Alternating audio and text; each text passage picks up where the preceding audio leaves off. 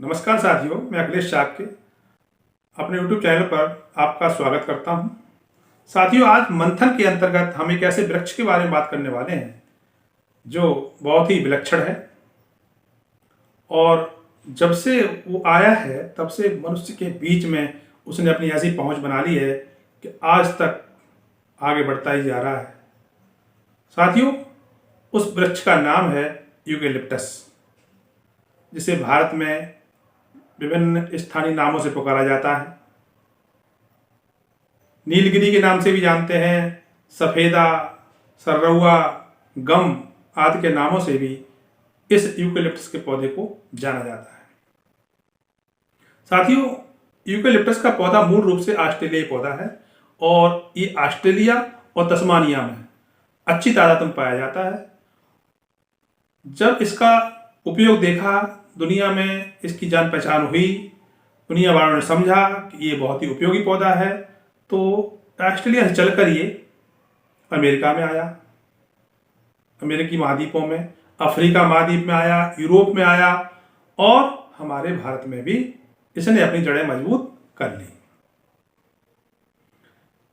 इसकी उपयोगिता इतनी बढ़ गई है कि इसकी छाल, इसकी पत्ती, इसकी लकड़ी, सारा कुछ औद्योगिक कार्यों में जा रहा है। पूरी तरह से ये पौधा व्यापारिक है। एक तरफ मैं इसके आपको लाभ बताऊंगा, साथ में इसके दुष्परिणाम जो हो रहे हैं उन पर भी चर्चा करी जाएगी। दोनों तरफ चर्चा होगी इसकी। साथ में इसका औद्योगिक उपयोग कितना बढ़ गया है, इसके बिना कितनी चीजें अधूरी रह जाएंगी, इसके बारे में भी हम बात करेंगे। साथियों, पहली बात तो ये समझ लीजिए, ऑस्ट्रेलियाई मूल का यह पौधा यूकेलिप्टस, जिसे भारत में नीलगिरी के नाम से जानते हैं, यह एक उष्ण और उपोष्ण कटिबंधीय पौधा है। यह इस प्रकार की जलवायु में और सामान्य मिट्टी में उगता है जहां टेम्परेचर 30 से 35 डिग्री का रहता है और सामान्य जलवायु रहती है, तो वहां पर ये जो है अच्छे से पनपता है। और ये लंबा तो इतना हो जाता है, इसकी लंबाई 30 फीट से लेकर 100 फीट तक की नापी गई है और लंबाई के साथ इसकी मोटाई भी, लंबाई में ये बहुत तेजी से बढ़ता है। लंबाई में तेजी से बढ़ता है। लंबाई ज्यादा होने के कारण इसका उपयोग इमारती बल्लियों और टिम्बरों में बहुत तादाद में किया जाता है। दक्षिण भारत में तो नीलगिरी पर्वत पर इसकी एक अलग प्रजाति है, वो मंगाई गई है, वो वहां पर उगाई जाती है। पूरे विश्व की अगर बात करें तो पूरे विश्व में लगभग 600 से अधिक यूकेलिप्टस की प्रजातियां पाई जाती हैं, जिनमें करीब करीब 300 प्रजातियां ऐसी हैं जो बहुतायत में उगाई जाती हैं। दक्षिण भारत में जो पौधा लाकर लगाया गया है, नीलगिरी की पहाड़ियों पर लगाया गया है, उसका नाम दिया गया है यूकेलिप्टस ग्लोबुलस प्रजाति का ये पौधा है, जो बहुत ही अच्छी क्वालिटी का पौधा माना जाता है। साथियों, यह एक बीजपत्री पौधा है। इस पर छोटे छोटे फूल आते हैं, उन फूलों में से फल बन जाता है और फल जो है इसका, उसके अंदर बीज होते हैं, वो बीज कवर्ड होते हैं। ये एक बीजपत्री पौधा है। ये किसानों के हाथ में जब आया है, किसानों ने अपने खेतों में खूब इसको लगाया, यहां तक कि खेतों की मेड़बंदी यूकेलिप्टस के पौधे से कर दी। खेत के चारों ओर मेड़ के किनारे किनारे यूकेलिप्टस का पौधा लगा दिया। तो उससे क्या हुआ, आर्थिक रूप से तो ये हुआ कि फायदा कि लकड़ी तैयार हो गई। ये पौधा बहुत जल्दी तैयार हो जाता है, 5 वर्षों में ये तैयार हो जाता है। लेकिन जिस खेत में ये लगाया जाता है, उस खेत में और बगल वाले खेत में भी ये दोनों तरफ 2-2, 3-3 मीटर तक फसलों को भारी नुकसान पहुंचाता है। साथियों, जो नुकसान हो रहा है उसकी बात तो हम अवश्य ही करेंगे, लेकिन पहले हम फायदों की बात करते हैं। व्यापारिक फायदे, औद्योगिक फायदे ये हैं कि इसकी छाल से, इसके पत्तों से औषधीय तेल बनाए जाते हैं जो गले की, नाक की, गुर्दे की और पेट की बीमारियों के अलावा सर्दी जुकाम की भी औषधि इन फूल पत्तियों से और छाल से तैयार की जाती है। इसके अलावा इसके लकड़ी को लुगदी उद्योग में बहुत मात्रा में प्रयोग किया जाता है। लुगदी उद्योग यानी जहाँ कागज का निर्माण करते हैं वहां भी इसका अच्छी मात्रा में प्रयोग किया जाता है। इसके तने बहुत लंबे होते हैं, सॉलिड होते हैं, सीधे होते हैं, इसलिए बल्लियों और टिम्बरों के लिए भी इनका उपयोग ठीक ठाक मात्रा में किया जाता है।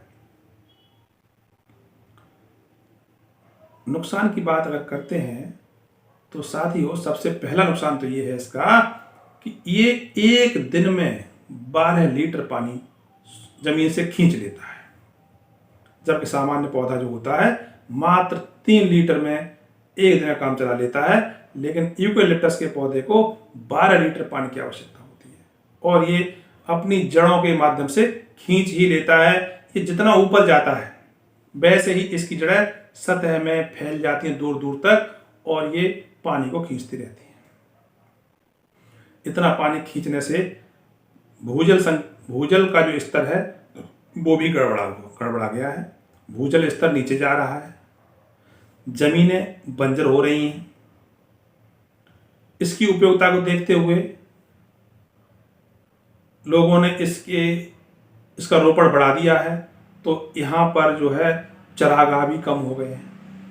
चरागाहों की जमीनों पर कब्जा कर लिया है और जिन जमीनों पर लगा है आसपास जमीनें हैं वो जमीनें बंजर हो गई हैं, तो जमीनों की उर्वरता कम हो रही है और प्रोडक्शन भी कम हो रहा है। जहां खेतों में फसल बोई जा रही है अगल बगल में अगर ये लगे हुए हैं तो वहां फसल भी कमजोर हो रही है, तो वहां प्रोडक्शन भी कम हो रहा है। चरागाह कम होने से देश में पशुधन की संख्या कम हो गई है और पशुधन कम होने से दुग्ध उत्पादन में भी इसका विपरीत प्रभाव पड़ा है। इसकी भयावहता तो और तब देखी जाती है, इसने मिट्टी की उर्वरता, उसकी संरचना और नमी को खराब कर दिया है। इसके अलावा इसने आर्द्र भूमियों, झरनों, धाराओं को सुखाने का भी काम किया है और नदियों के प्रवाह को भी इसने कम कर दिया है। नदियों का प्रवाह कम हो गया है। तो यूकेलिप्टस के विस्तार ने स्थानीय पारिस्थितिकी तंत्र को भी अस्थिर कर दिया है और यहाँ की जो देसी वनस्पतियों और जीवों की प्रजातियां हैं उनकी विविधता को भी इसने कम कर दिया है। इन सब चीजों को देखते हुए यूकेलिप्टस को पर्यावरण का आतंकवादी या पर्यावरण का शत्रु भी कहा जाने लगा है। यही कारण है कि भारत में वन कटाई पर रोक है। किसी भी प्रजाति के पौधों को काटने की परमिशन नहीं है, लेकिन यूकेलिप्टस को कभी भी काटने के लिए कोई परमिशन की आवश्यकता नहीं है। आराम से इसको किसान या व्यापारी काट के उद्योग धंधों में इसका उपयोग कर रहे हैं। अब मैं आपको वो बात बताने जा रहा हूं जो थंबनेल में आपने देखी है। साथियों, अगर वीडियो अच्छा लग रहा है तो लाइक और शेयर करते हैं, कमेंट भी करते हैं और अगर आप चैनल पहली बार आए हैं चैनल को सब्सक्राइब भी कर लें। साथियों, यूकेलिप्टस के तमाम फायदे और नुकसान की बात मैंने आपसे की है। हर चीज़ के दो पहलू होते हैं। जिस चीज़ से कोई अगर फायदा है तो उसका दूसरा पहलू उसके नुकसान का भी होता है, देखने का नजरिया होता है। अब इन सब चीजों के बावजूद यूकेलिप्टस जो है व्यापक रूप से किसानों, खेतीहरों, व्यापारियों की पसंद अभी भी बना हुआ है, क्योंकि इसकी लकड़ी का इस्तेमाल पेटियां बनाने, ईंधन में प्रयुक्त होता है, हार्डवुड बनाने, प्लाईवुड, लुगदी उद्योग, फर्नीचर, पार्टिकल बोर्ड और तो और इमारतों को बनाने में भी बराबर किया जा रहा है। इसलिए हर एंगल से अगर देखा जाए तो यूकेलिप्टस अभी भी बहुत उपयोगी बना हुआ है। तो अगर ऐसी स्थितियां जब हैं तो इसकी अगर खेती ही कर ली जाए, अगर एक व्यक्ति इसकी खेती करता है, यूकेलिप्टस के पौधों को रोपता है, अगर वो 1 हेक्टेयर जमीन में यूकेलिप्टस के पौधों को रोपता है तो 1 हेक्टेयर एरिया में लगभग 3000 पौधों का रोपण किया जा सकता है। ये पौधे नर्सरी से, जहां पर पौधों की नर्सरी तैयार की जाती है, वहां पर आसानी से 7 से 8 रुपए प्रति पौधे की दर से अवेलेबल हो जाते हैं। अगर आप 3000 पौधे 7 रुपए प्रति पौधे की दर से अगर खेत में रोपते हैं तो आपका जो खर्चा आएगा पौधों को खरीदने का वो संभवतः 21 से 24,000 के आसपास के खर्च में ये पौधे आपको प्राप्त हो जाएंगे। और थोड़ा बहुत जो खर्चा होगा उसे रोपाई में, तो साथियों ये 20-25,000 रुपये खर्च आ गया और उसका पालन पोषण करने, सिंचाई करने, देखभाल करने में भी कुछ खर्चा आएगा। तो मान लीजिए 15-20,000 रुपये खर्च और मान लीजिए, तो कुल मिला के मैक्सिमम 50,000 रुपये का खर्चा आप मान सकते हैं 1 हेक्टेयर पौधों की, 1 हेक्टेयर जमीन में 3000 पौधों की रोपाई के लिए। अब इन पौधों की देखभाल करने के लिए भी ज़्यादा आवश्यकता नहीं होती है, क्योंकि इनको कोई ज़्यादा नुकसान नहीं पहुंचता है, जानवर भी नहीं पहुंचाते हैं, खाने में स्वादिष्ट होते नहीं हैं, जानवर इनको चरते नहीं हैं। हाँ, ये है कि आवारा जानवर आते हैं तो टूट टाट कर जाएं, तोड़ जाएं इनको, तो वो एक है। तो देखभाल के लिए आप इसकी बाड़ लगवा सकते हैं, वो बाड़ लगवा के ये आपके पौधे सुरक्षित हो जाएंगे। समय समय पर जब पानी की आवश्यकता हो पानी दे दीजिए, वरना बरसात में तो पानी इनको मिलता ही रहता है।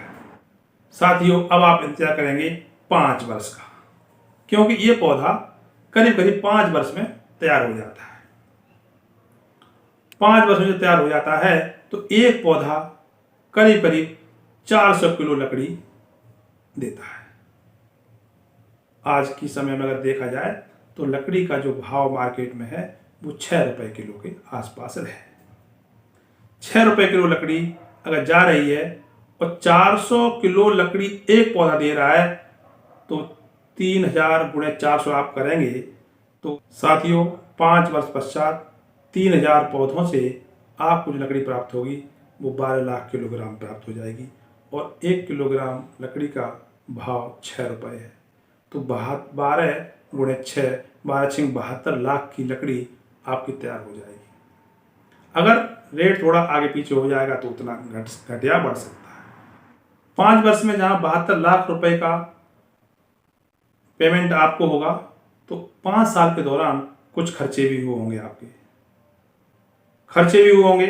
अब मान लीजिए 5 वर्ष में अगर आप 1 लाख रुपया साल खर्च कर रहे हैं तो 5 लाख रुपया खर्च कर दिया आपने, होगा नहीं ना। 5 लाख रुपए खर्च भी कर देंगे तो भी अभी आपके पास 65-67 लाख रुपए का शुद्ध मुनाफा प्राप्त हो जाएगा। अगर इसकी खेती को थोड़ा बढ़ा देते हैं तो 5 वर्ष में 1 करोड़ का मुनाफा आप आराम से कर सकते हैं। अभी तक आपने अगर चैनल सब्सक्राइब नहीं किया है तो कृपया करके चैनल को सब्सक्राइब कर दें, वीडियो को लाइक और शेयर अवश्य कर दीजिए और कमेंट भी कर दीजिए। धन्यवाद।